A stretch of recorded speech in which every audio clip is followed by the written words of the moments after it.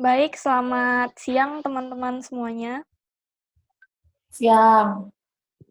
Kami dari kelompok 3 hari ini akan mempresentasikan tentang pengembangan kelembagaan dalam perencanaan dan pengelolaan wilayah pesisir dan laut secara terpadu. Di sini kami terdiri dari 4 orang, yaitu saya Yuli Faruni Sadea, ada Esther Romatua Gultom, Erin Dayanti, Tria Hartika. Baiklah, untuk pertama-tama kami akan dijelaskan oleh Tria Hartika. Untuk Tria Hartika, saya persilahkan.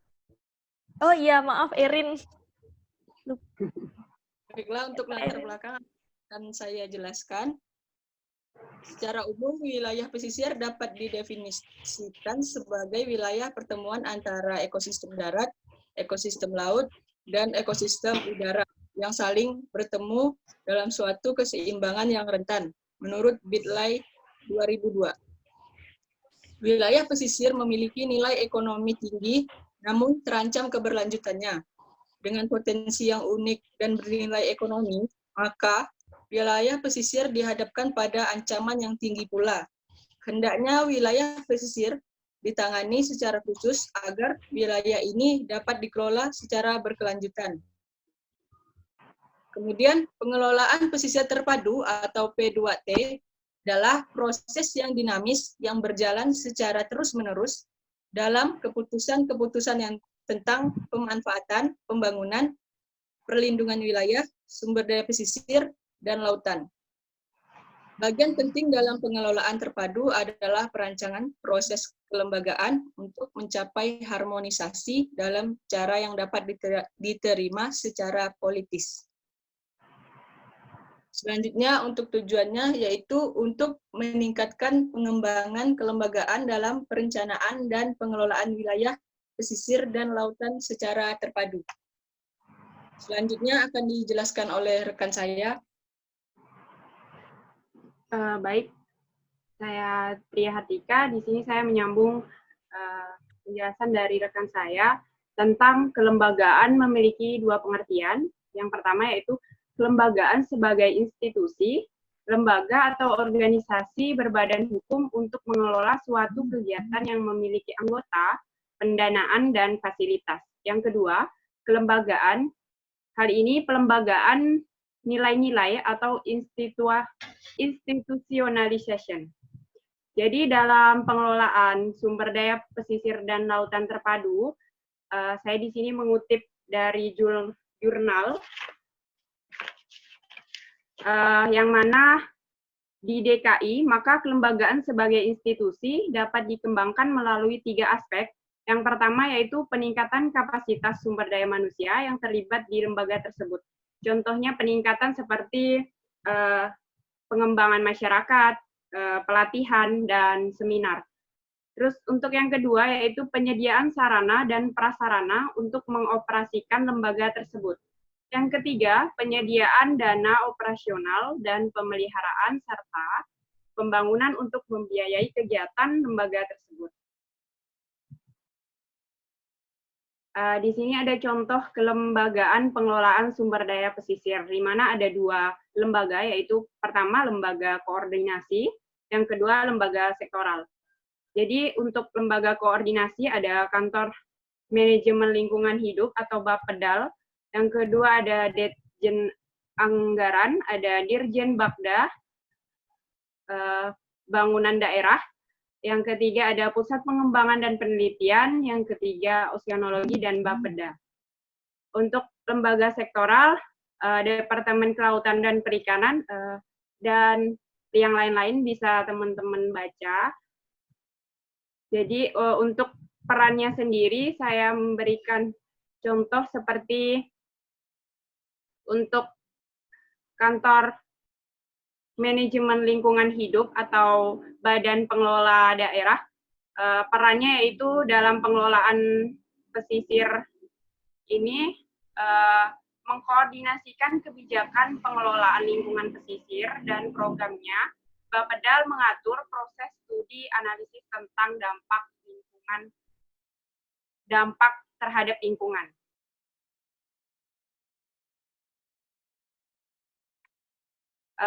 Untuk selanjutnya yaitu persiapan berbagai program pembangunan dalam pengelolaan pesisir dan lautan terpadu.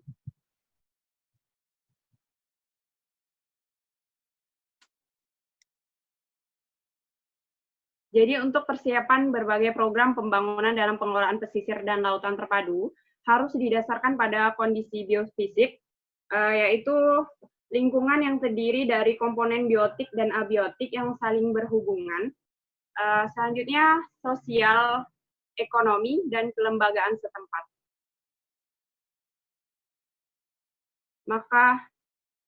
Maka dari hal itu, aspek kelembagaan merupakan faktor pengait dari keempat komponen pengelolaan sumber daya pesisir dan lautan, terutama antara program dengan implementasinya yang sangat diperlukan perannya dalam mengelola sumber daya pesisir dan lautan secara terpadu.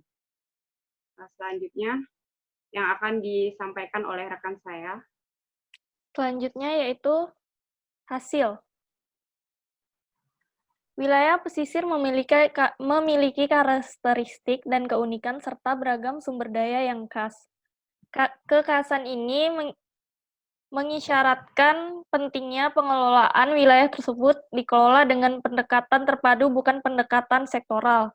Terdapat beberapa karakteristik wilayah pesisir yaitu 1. Adanya keterkaitan ekologis atau hubungan fungsional, baik antara ekosistem di dalam kawasan pesisir maupun antara kawasan pesisir dengan lahan atas dan laut lepas. Dengan demikian, perubahan yang terjadi pada suatu ekosistem pesisir, contohnya mangrove, cepat atau lambat akan mempengaruhi ekosistem lainnya. Kedua, dalam suatu kawasan pesisir, misalnya Kalinda, Bandar Lampung, terdapat lebih dari 2 macam sumber daya alam dan jasa-jasa lingkungan yang dapat dikembangkan untuk kepentingan pembangunan. Yang ketiga, dalam suatu kawasan pesisir, pada umumnya terdapat lebih dari satu kelompok masyarakat atau orang yang memiliki keterampilan atau keahlian dan kesenangan preferensi atau bekerja yang berbeda sebagai petani, nelayan, petani tambak, petani rumput laut, pendamping pariwisata, industri dan kerajinan rumah tangga, dan sebagainya. Selanjutnya, baik secara ekologis maupun ekonomis, pemanfaatan suatu kawasan pesisir secara monokultur atau single as adalah sangat rentan terhadap perubahan internal maupun eksternal yang menjurus pada kegagalan usaha, yaitu contohnya lagi-lagi pembangunan tambak udang di pantai utara Jawa yang sejak tahun 1982 mengkonversi hampir semua pesisir termasuk mangrove atau sebagai kawasan lindung menjadi tambak udang.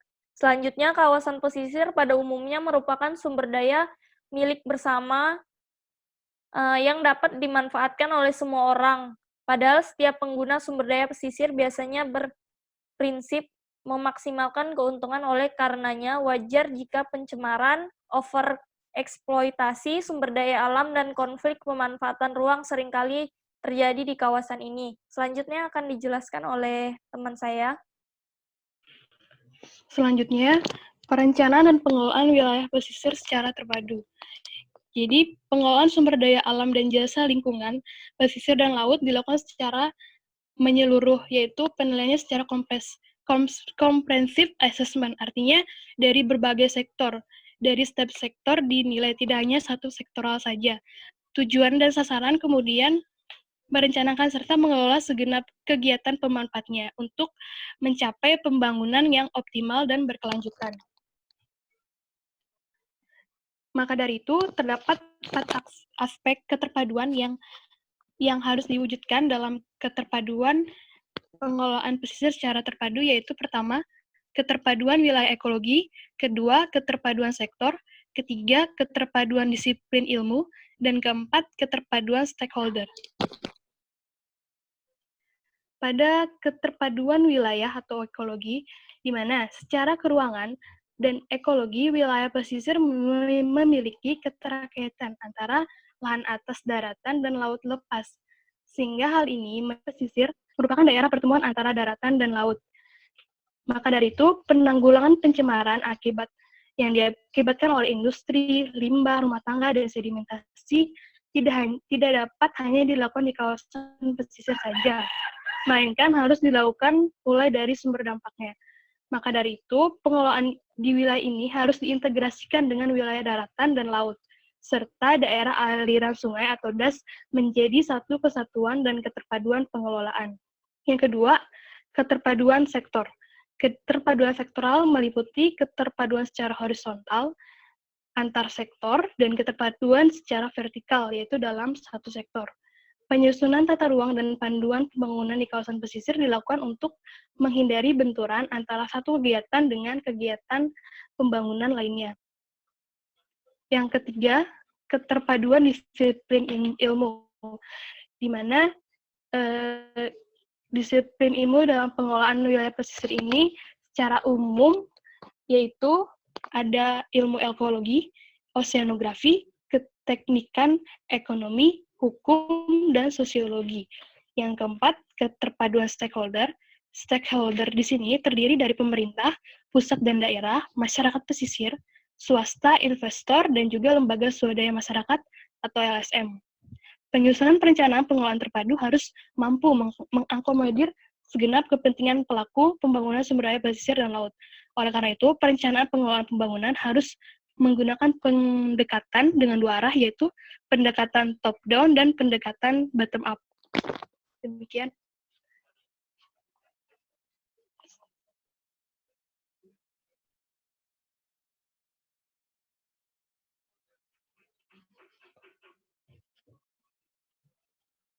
Jadi kesimpulan yang dapat saya ambil dari presentasi kali ini, dari slide pembahasan sebelumnya dapat ditarik kesimpulan sebagai berikut. Dalam pengelolaan sumber daya pesisir dan laut terpadu, maka kelembagaan sebagai institusi dapat dikembangkan melalui 3 aspek. Yang pertama, peningkatan kapasitas sumber daya manusia yang terlibat di lembaga tersebut. Yang kedua, penyediaan sarana dan prasarana untuk mengoperasikan lembaga tersebut. Yang ketiga, penyediaan dana operasional dan pemeliharaan serta pembangunan untuk membiayai kegiatan lembaga tersebut. Sekian presentasi dari kelompok 3, kurang dan lebihnya kami mohon maaf. Assalamualaikum warahmatullahi wabarakatuh.